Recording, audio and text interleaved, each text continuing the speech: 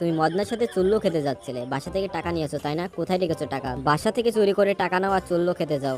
হে, চম্পা দেখো আগরবাতিটা লিভে গেছে, আমার 1 নম্বর শর্ত পূরণ হয়ে গেছে। তাতে কি হয়েছে, এখনো 2 নম্বর শর্তটা আছে। আমার পরের শর্ত, তোমাকে ছায়ামূর্তিতে খেলা দেখাতে হবে। আরে এটা তো আমি তুড়ি মেরে কমপ্লিট করে দিব। আমিও দেখি তুমি কেমন খেলা দেখাতে পারো। এই মন্ত্রী, তুমি আমার সাথে বেইমানি করছো, তুমি আমার রাজ্য দখল করতে চাচ্ছ। না মহারাজ, আমি বেইমানি করিনি। মহারাজ আমাকে মারবেন না।